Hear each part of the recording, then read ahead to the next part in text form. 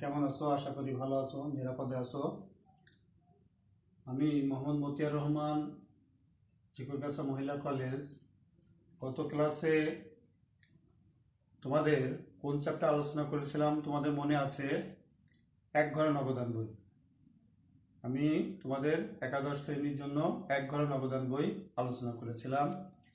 আজ আমি দু ঘরে নবদান বই আলোচনা করব। দু ঘরে নবদান বই ঠিক এক ঘরে নবদান বইয়ের মতোই। এক ঘরে নবদান বই ডেবিট এবং ক্রেডিট উভয় দিকে একটি করে টাকার ঘর ছিল, আর দু ঘরে নগদান বইতে ডেবিট এবং ক্রেডিট দিকে দুইটি করে টাকার ঘর থাকবে। তাহলে পার্থক্য কি হলো? একটি করে টাকার ঘর বাড়লো। কোনটা বাড়লো? ব্যাংক। অর্থাৎ আগে ছিল শুধু একটি টাকার ঘর নগদ, এখন নগদের সাথে অতিরিক্ত ব্যাংক কলাম বেড়ে গেল। তাহলে দেখা যাক, আমি একটি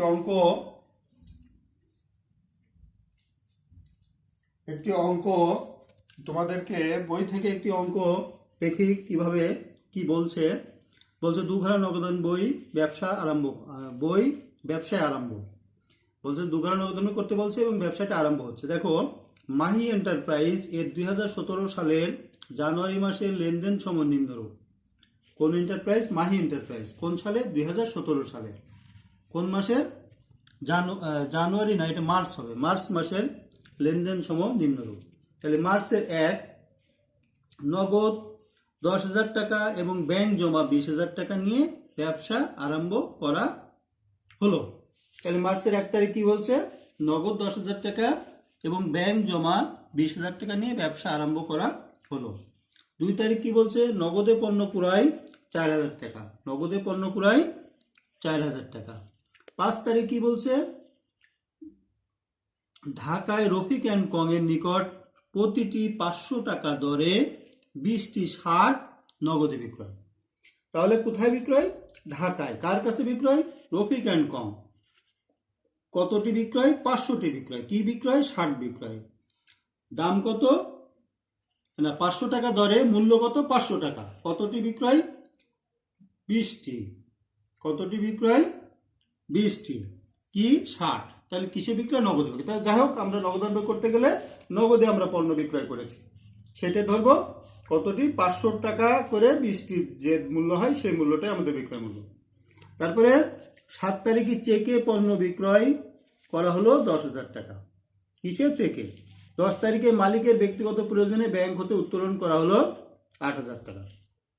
16 তারিখে 4,000 টাকার আসবাবপত্র ক্রয় করে চেকে পরিশোধ, তাহলে চেকে পরিশোধ করা হলো। 18 তারিখে ব্যাংকে জমা দেওয়া হলো 3,000 টাকা। 24 তারিখে অফিসের প্রয়োজনে ব্যাংক থেকে উত্তোলন করা হলো 12,000 টাকা।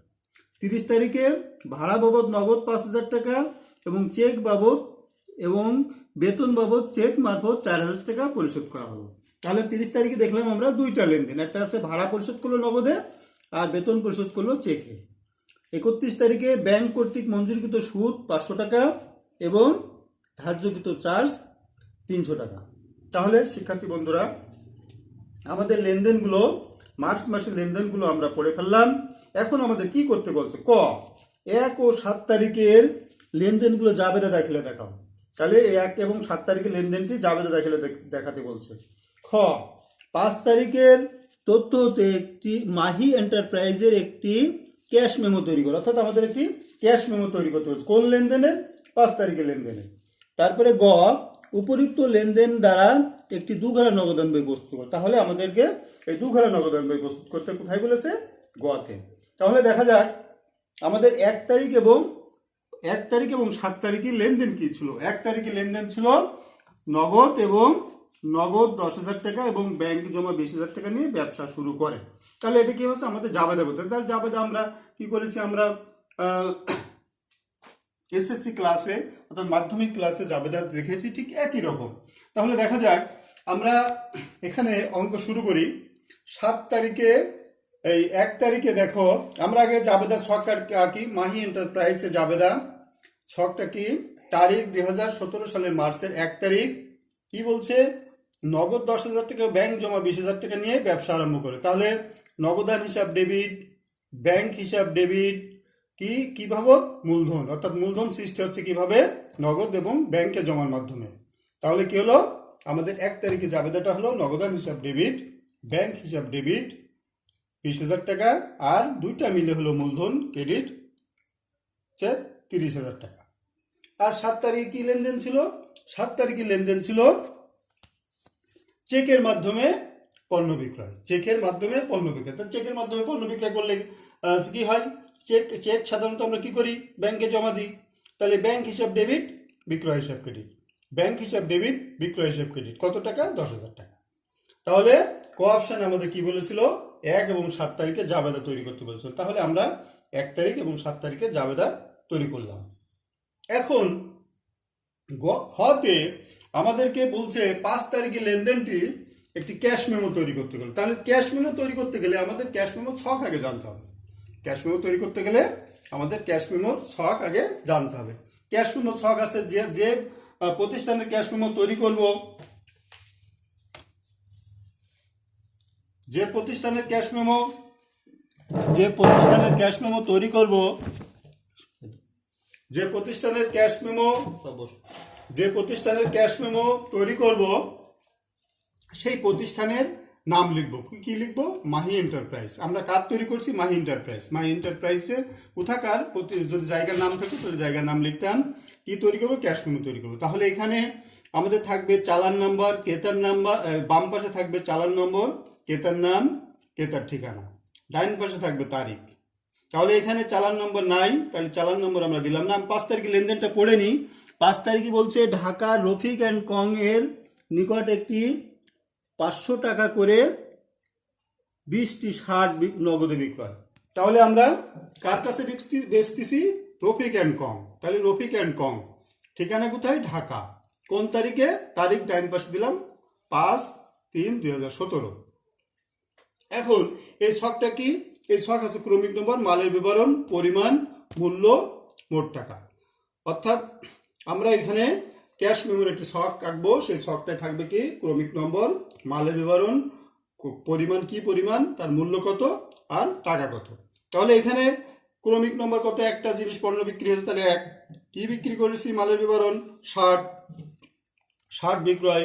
পরিমাণ কয়টি? 20টি। প্রতিটির দাম কত? 500 টাকা। এবার 20 গুণ 500 গুণ করলে কত টাকা হয়? 10,000 টাকা। 20 গুণ 500 গুণ করলে 10,000 টাকা। তাহলে আমাদের এবার ওইটা মোট টাকা কথায় লিখে দিলাম 10,000 টাকা মাত্র।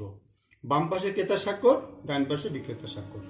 তাহলে শিক্ষার্থী, আমরা একটি ছক, ক্যাশ মেমোর একটি ছক, এই ছকের ভিতরে কিছু তথ্য আমরা বসালাম। সে কি বসালাম?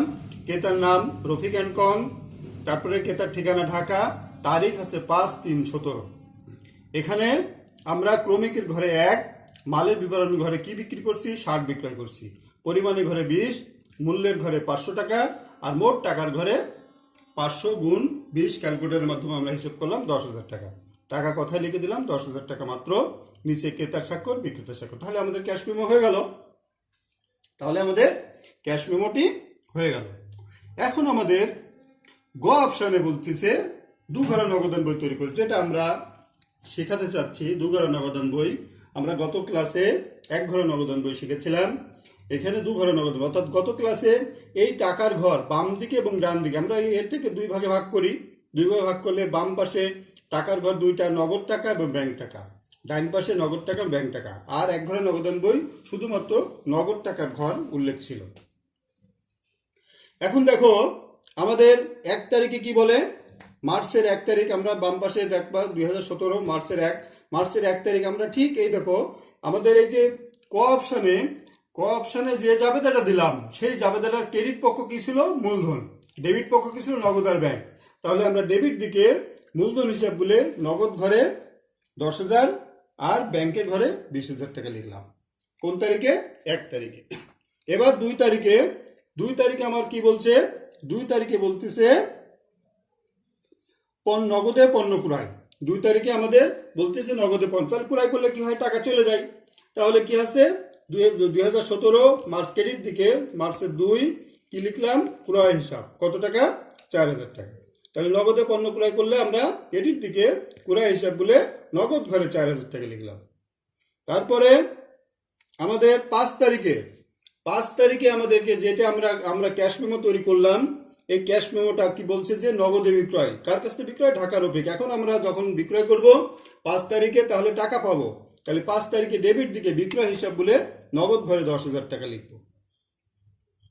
এরপরে আমাদের 10 তারিখে কি বলছে? মালিকের ব্যক্তিগত প্রয়োজনে উত্তোলন করা হলো। 10 তারিখে বলছে মালিকের ব্যক্তিগত প্রয়োজনে ব্যাংক থেকে উত্তোলন করা হলো 8,000 টাকা। মালিকের ব্যক্তিগত প্রয়োজনে ব্যাংক থেকে উত্তোলন করা হলো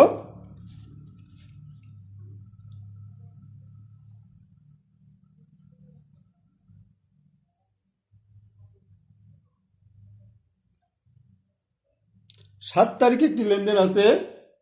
7 তারিখে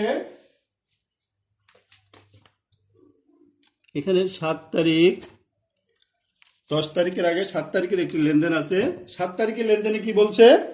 যে চেকে পণ্য বিক্রয় করা হলো 10,000 টাকা। তাহলে চেকে পণ্য বিক্রয় করলে কত হয়? বিক্রয় হিসাব বলে আমরা চেকে যখন পণ্য বিক্রয় করব তখন ব্যাংকের ঘরে টাকা বসাবো। তাহলে চেকে পণ্য বিক্রয় কোন ঘরে টাকা বসবে? ব্যাংকের ঘরে। আর 10 তারিখ কি বলছে? মালিকের ব্যক্তিগত প্রয়োজনে ব্যাংক থেকে উত্তোলন। মালিকের ব্যক্তিগত প্রয়োজনে ব্যাংক থেকে উত্তোলন কত টাকা? 10,000 টাকা। তাহলে এটা উত্তোলন হিসাব বলে ব্যাংকের ঘরে 8,000 টাকা বসবে।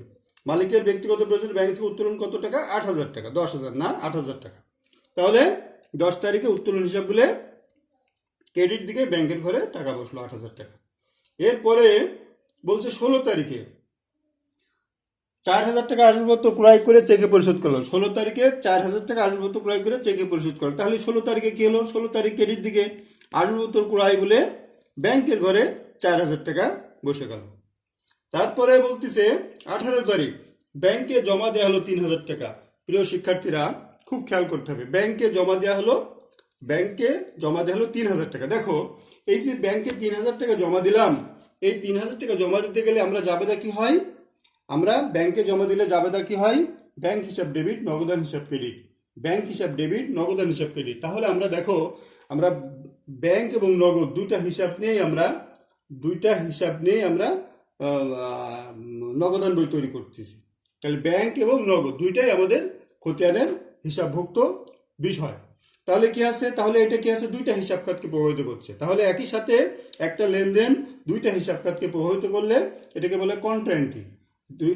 একই লেনদেন দুইটা হিসাব খাতকে প্রভাবিত করলে এটা বলা হয় কন্ট্রা এন্ট্রি। তাহলে কি হলো? আমরা ব্যাংক হিসাব ডেবিট, নগদান হিসাব ক্রেডিট। তাহলে ডেবিট দিকে দেখো 18 তারিখে নগদান হিসাব বলে ব্যাংকের ঘরে টাকা, আর ক্রেডিট দিকে ব্যাংক হিসাব বলে নগদ ঘরে টাকা। আমরা খতিয়ান পৃষ্ঠার ঘরে ক লিখবো। তাহলে কি জন্য এটা দুইবার লিখলাম?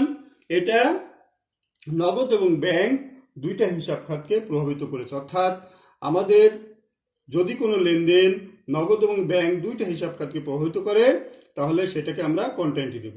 তাহলে কিভাবে করব? তাহলে ব্যাংকে জমা দিলে 18 তারিখ বলে নগদান হিসাব বলে ব্যাংকের ঘরে টাকা, আর 18 তারিখ ব্যাংক হিসাব বলে নগদ ঘরে টাকা। খতিয়ান পৃষ্ঠার ঘরে উভয় পাশে ক লিখলাম। এরপরে বলতেছে 24 তারিখ অফিসের প্রয়োজনে ব্যাংক থেকে উত্তোলন করা হলো। অফিসের প্রয়োজনে ব্যাংক থেকে উত্তোলন করে 12,000 টাকা। অফিসের প্রয়োজনে ব্যাংক থেকে উত্তোলন করা হলো 12,000 টাকা 24 তারিখ। দেখো ঠিক অনুরূপভাবে যদি ব্যাংক থেকে উত্তোলন করে অফিসের প্রয়োজনে, তাহলে জাবেদা কি হয়? নগদান হিসাব ডেবিট, ব্যাংক হিসাব ক্রেডিট। নগদান হিসাব ডেবিট, ব্যাংক হিসাব ক্রেডিট। তাহলে নগদ এবং ব্যাংক দুইটা হিসাব খাতকে প্রভাবিত করছে। তাহলে নগদান হিসাব ডেবিট, ব্যাংক হিসাব ক্রেডিট। তাহলে দেখো এই যে 24 তারিখে নগদান হিসাব বলে ব্যাংকের ঘরে 12,000 টাকা, আর খতিয়ান পৃষ্ঠার ঘরে ক, আর 24 তারিখ ব্যাংক হিসাব বলে নগদ ঘরে 12,000 টাকা। তাহলে কি হলো? ডেবিট দিকে নগদ ঘরে 12,000 টাকা বসলো, ক্রেডিট দিকে ব্যাংকের ঘরে 12,000 টাকা বসলো, বিপরীত পক্ষের নাম আসলো। এরপরে 30 তারিখে লেনদেন ছিল ভাড়া বাবদ নগদ 5,000 টাকা এবং বেতন বাবদ চেকের মাধ্যমে 4,000 টাকা পরিশোধ করা হলো। তাহলে 30 তারিখে দুইটা লেনদেন, একটা আছে কি ভাড়া দিলাম। কিভাবে ভাড়া দিলাম? নগদে। তাহলে ক্রেডিট দিকে বলবে, আমরা কোনো যদি পরিশোধ করি তাহলে ক্রেডিট দিকে বলবে। কিভাবে দিলাম? তাহলে ভাড়া হিসাব, কোথায় কি দিলাম? টাকা দিলাম। কত টাকা দিলাম? 5,000 টাকা। তাহলে নগদ ঘরে বসলো। এবার বলতেছে বেতন বাবদ। 30 তারিখে আবার লিখলাম বেতন হিসাব, কোথার থেকে দিচ্ছি? ব্যাংক থেকে দিচ্ছি। তাহলে ব্যাংকের ঘরে 4,000 টাকা। 31 তারিখে বলছে ব্যাংক মঞ্জুরিকৃত সুদ 500 টাকা এবং ব্যাংক ধার্যকৃত চার্জ 300 টাকা। তাহলে 31 তারিখ ব্যাংক মঞ্জুরকৃত সুদ, অর্থাৎ ব্যাংক যদি সুদ মঞ্জুর করে তাহলে ব্যাংকে আমাদের হিসাবে টাকা বেড়ে যায়। তাহলে ডেবিট দিকে ব্যাংকের ঘরে টাকা বসলাম ব্যাংক সুদ বলে। আর ব্যাংক যদি চার্জ কাটে তাহলে ব্যাংক আমাদের হিসাব থেকে টাকা কেটে নেয়। তাহলে ক্রেডিট দিকে ব্যাংকের ঘরে 300 টাকা বসলো। তাহলে প্রিয় শিক্ষার্থী, আমার লেনদেনগুলো সব লিপিবদ্ধ হয়ে গেছে। এখন আমাদের কাজ কি? এখন আমাদের কাজ হচ্ছে যোগ বিয়োগ করা, জেড টানা। তাহলে আমরা জানি নগদান বই ডেবিট দিকে ডেবিট কলাম, সবসময় নগদের বই ডেবিট কলাম বেশি হয়। তাহলে আমরা নগদান বই দেখি, ডেবিট দিকে কত টাকা? 10,000, 10,000, 20,000, 12,000, তাহলে কত হলো? 32,000। তাহলে এই 32,000 আমরা এই পাশে ক্রেডিট পাশে বসালাম। বসিয়ে আমরা এখানে দেখলাম 4 আর 3 7 5 12, তাহলে 12,000 টাকা ক্রেডিট দিকে আছে। এখান থেকে 32,000 বিয়োগ দিলে জের হয় 20,000 টাকা। কোন জের? ডেবিট জের। তাহলে কি হলো? জের কিভাবে নির্ণয় করলাম? আমরা ডেবিট কলামটা যোগ দিলাম, যোগ দিয়ে ওই কলামটা আমরা ক্রেডিট পাশে বসালাম, বসিয়ে ক্রেডিট পাশে যে দফাগুলো আছে সেগুলো যোগ দিলাম, যোগ দিয়ে এই যোগফলের থেকে ক্রেডিট দফার যোগফল বিয়োগ দিলে আমাদের জের বেরিয়ে গেল। এবার আমরা ব্যাংকের কলাম যোগ দেবো। অনুরূপভাবে দেখবো ব্যাংকের কলাম যোগ দিতে গেলে কোন পাশটা বেশি সেটা আগে দেখতে হবে। তাহলে ডেবিট পাশে দেখতেছি 20, 10, 30, 30, 33,500 টাকা। আর ক্রেডিট দিকে অপেক্ষাকৃত কম আছে 28,000, 12, 12, 24 কম আছে। তাহলে আমরা এই ডেবিট দিকে যোগফলটা ক্রেডিট দিকে বসালাম 33,500 টাকা। এবার ক্রেডিট কলামের দফাগুলো যোগ করলাম। কত টাকা? 8,000 যোগ 4,000, 12,000, তাহলে 8,000, 12, 12, 24, আচ্ছা 28,300 টাকা। 28,300 থেকে 33,500 বাদ দিলাম, দিলে হলো জের হলো 5,200। আমরা ক্যালকুলেটর ব্যবহার করব, ক্যালকুলেটরের মাধ্যমে জের নির্ণয় করবো। তাহলে ক্রেডিট জের হলো 5,200 টাকা। তাহলে ব্যাংক কলামের এখানে আমরা লিখবো ঠিক শেষ তারিখে ব্যালেন্স সিডি। তাহলে কি হলো? এখানে হলো 20,000 টাকা, আর আর ব্যাংক কলামের জের হলো 5,200 টাকা। তাহলে এখানে আমাদের হিসাববদ্ধ, আমরা হিসাববদ্ধ করলাম। এইটা আবার পরবর্তী মাসের 1 তারিখে প্রারম্ভিক জের হিসেবে লিখে দিলাম। ব্যালেন্স বিডি 20,000 আর 5,200, অর্থাৎ নগদ কলামে 20,000 আর আছে ব্যাংক কলামে 5,200 টাকা। প্রিয় শিক্ষার্থী, আশা করি তোমরা অঙ্কটি সুন্দরভাবে বুঝেছ এবং বুঝে বাকি অঙ্কগুলো, বইতে অনেকগুলো অঙ্ক আছে, বাকি অঙ্কগুলো চেষ্টা করবে। নিরাপদে থাকবে, স্বাস্থ্যবিধি মেনে চলবে, অযথা বাইরে বেরোবে না, লেখাপড়ায় থাকবে। ধন্যবাদ। আগামী ক্লাসে আবার দেখা হবে।